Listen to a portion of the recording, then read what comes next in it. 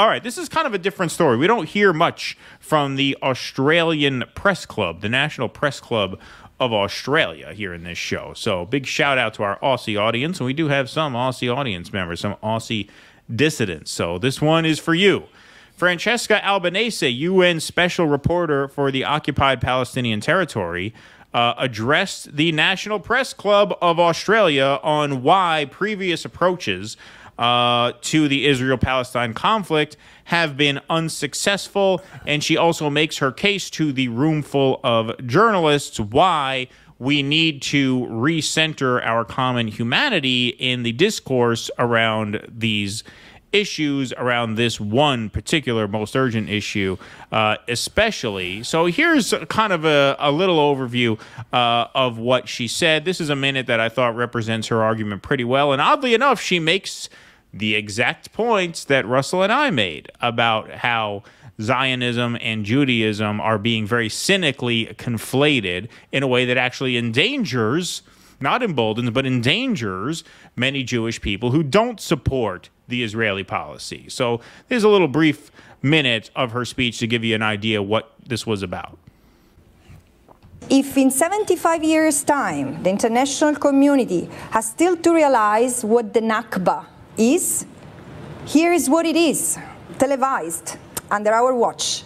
The current reality epitomizes how the international community has so epically failed to promote peace and security for both Palestinians and Israelis, premised upon international law and the end of Israel's 56-year-old occupation, and the realization of Palestinian self-determination and freedom. Israel's government and its supporters have spun narratives that portray the Palestinians as an existential threat to the Jewish people and the Palestinian struggle for basic rights as a direct challenge to Israel's very existence. And let me say, many of these tropes resonate so strongly in this country as well. And unconscionably, this is also harming the Jews around the world, the Jews in Australia as well, who might find themselves targeted because they are associated as Jews to the actions of Israel. It's exactly, pretty much word for word, what we said.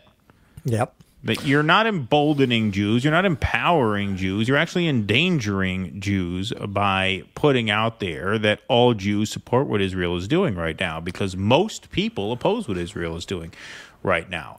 And so if you link most Jews to the policy of the Israeli state, that's going to turn public sentiment against Jewish people like Russell and myself. So that's exactly almost word for word what we said. Do you want anything else before we let the rest of this go? Well, yeah, today at the Columbia rally, that was fascinating because there was a group, rabbis for Palestine. I'm not sure exactly what they're called. But that was really the point they were making. Their take was Zionism is a political nationalist project that's only been around for about 125 years, that hijacked their religion, that used their religion as a shield for a nationalistic political project that has nothing to do with Judaism, and that has really tarnished the image and reputation of Jews and Judaism around the world. One other really, I spoke to one of them. Hopefully we're going to have them on. One of the really interesting points they made was at a time when the Christian world did not welcome Jews, they said the Muslim world took them in. And that was where they were able to live without being murdered, as they often were in the Christian world at that time, which is a complete inversion of the rhetoric you get in the West about that history. But of course, that is historically true. But in more recent history, and I've heard this from other Jews from the region, they lived peacefully with Muslims. They were talking about, we used to babysit each other's children. Yes, we were of very different religions, but everybody got along until the Zionists came. When the Zionists came, that's when you started to have this trouble. And they were saying around the 1920s, that was when the Zionists really started coming into the region and trying to take over the land, which created tension for Jews throughout the Muslim world. Correcting this requires a rehumanization of the discourse itself. And I'm so happy to speak to journalists because you have a great deal of homework to do in this respect. And in... All right. So, yeah, there you go. I mean, that gives you kind of a broad overview of the character of the speech. She went on for about 20 minutes, and then she started taking questions from journalists, including one interjection here by the moderator where she really takes him to school. When special rapporteurs have used the word genocide, there is a risk of genocide. We have looked not only at the genocidal intent, but based on previous practice. The reality on the ground, the reality on the ground is that there is a risk of genocide being committed by Israel and also the capacity to do that. When you say they have, I mean, if they wanted to, it would probably be done, to be blunt about it. Yes, it's a dire situation for civilians, but Israel did say, civilians, please leave, this is where we're targeting. So that wasn't them actually targeting civilians at that point. As my friend Daniel Levy told the BBC journalist, and I beg your pardon, I don't mean to be rude, but can you really keep a straight face as you ask me this question? I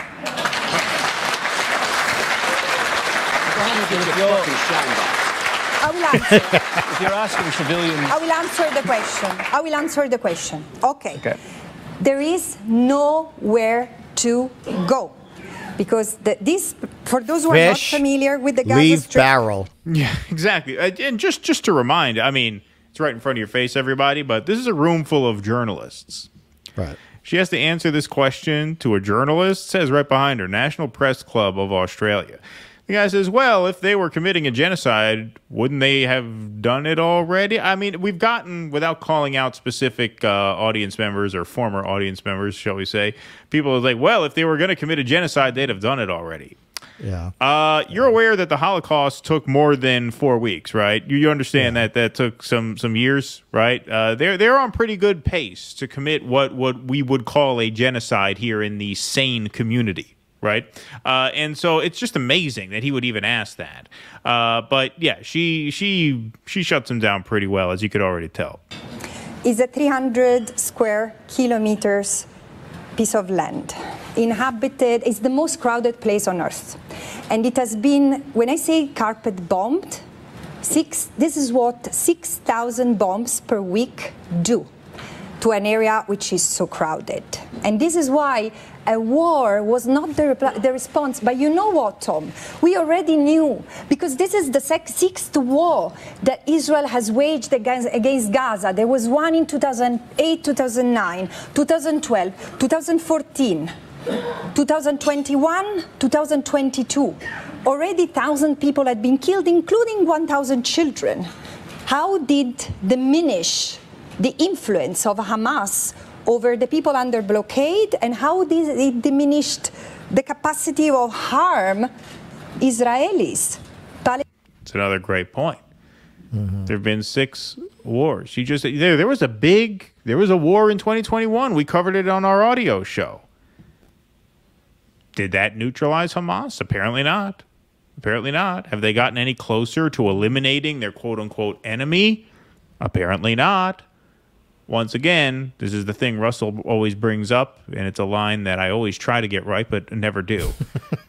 What is it? Contradictions, premises? There are no contradictions. When you think you found a contradiction, check your premises. Exactly. Why do I keep stumbling? That's not that hard. It's von Clausewitz. I have a mental block for that quote. But, yeah, if they were really trying to eliminate the terrorist threat, why haven't they? Why haven't they? They've certainly killed enough people. And this is why we said at the beginning that this is going to be perhaps an extinction level event for Gaza. Because when Netanyahu said that the enemy, right, is going to feel this worse than they've ever felt it before. This is going to be unprecedented. We knew what that meant. We knew that meant genocide because they had already committed such horrific violence that in order for this to be an escalation, there's only one way you can describe such an escalation in violence, which would be genocide. They've killed thousands of Palestinians over the years. And so for him to say, well, they've not seen nothing yet, well, then you know what's coming. And as she puts it, all of this death, all of this carnage, even before this past month, apparently didn't do anything to stop Hamas, right? So what is it really about? Is it really about Hamas? Of course not. Of course not. If it was really about Hamas, they wouldn't have propped up Hamas in the first place. This is about getting land, however possible. They're obviously willing to kill as many people as it takes to get that land. Well, Jimmy, the other night, and I've got to research this more myself. He did something about the natural resources that are under Gaza that are worth billions of dollars, and Israel about $500 billion. Yeah, Israel has never been a player in the energy space. You know, a lot of people have always joked about that. You know, God gave them the one part of that land that doesn't have oil under it. Right. So that would kind of correct that deficit with that land. They propped up Hamas so that one day they could do this. You have to understand that part of the story to understand the context of what's happening now. They never wanted a stable Palestinian state. They wanted a state that they could brand as terrorist so that they could do exactly what they're doing now. This has been a slow motion genocide and displacement of the Palestinian people. They've been doing it slowly and strategically so that they would have plausible deniability in the eyes of the world community regarding what their true intentions are. Well, what can we do? You know, you create the conditions that eventually they're going to strike back. And when they strike back, you can use it as a justification to genocide the population. And then you say, look at what they did. Right. Palestinians have been left with nowhere to go, and all the more, all humanitarian actors involved or having a word to say on this have said that an evacuation order imposing to 1.1 million the obligation to flee is absurd. It's unlawful. That's a good point, too. Right? The order to flee is unlawful. I mean, what kind of order is that? Well, you get out of here because we're just going to level the whole place. Right. That's not a legitimate directive. Look, I was in Manhattan during a blackout one night, and that was total chaos. People trying to get out, and there were no bombs falling on anybody. And you didn't have to walk with your hands up so you wouldn't get sniped. No. As they do. They can't take anything. They can't take any possessions with them on the 7-kilometer walk south because they have to keep their hands up in the air. Otherwise, they'll be fired upon. So if you're carrying a bag and you don't have your hands up, you are a legitimate target, apparently. Right. No, they're fish in a barrel. And this is basically saying, fish, move to the other side of the barrel or you're going to get shot. And then you shoot on the other side of the barrel, which is not talked about enough either. Right. They're actually bombing in the South. Right. The exits. That was how that reporter lost his family that we showed a couple of weeks ago. So they're not even honoring that. They're bombing refugee camps. It's just too much. It's just too much to maintain this Zionist propaganda, that to be against this horrific, fascist, evil, apartheid state is anti-Semitic, for one thing, because of people like us. There are just too many Jews saying "not in my name" for that narrative to be sustainable. And then they'll try to say, as the woman said on the Dana Bash interview, well, we're not saying criticizing the state of Israel is anti-Semitic. Yes, you fucking are. Yes, you are. Of course you are. Yes, the fuck out of here. Yeah, we just dropped that clip today. That's one of my favorite clips we ever put out, actually. I think that one came out good. Yeah, it was, well, because you have to just take on those claims head on. Right. You know. Right. Including the from the river to the sea thing, where we read from the Ben Burgess article, which, you know, was very well argued. You know, it's important to address those things head on, especially as Jews. I feel extra responsible to do that. Right. And actually, that was one of the things that the rabbi said today, that we as Jews have a special responsibility, and we do, because no one can speak out on this with the authority that we can. Exactly.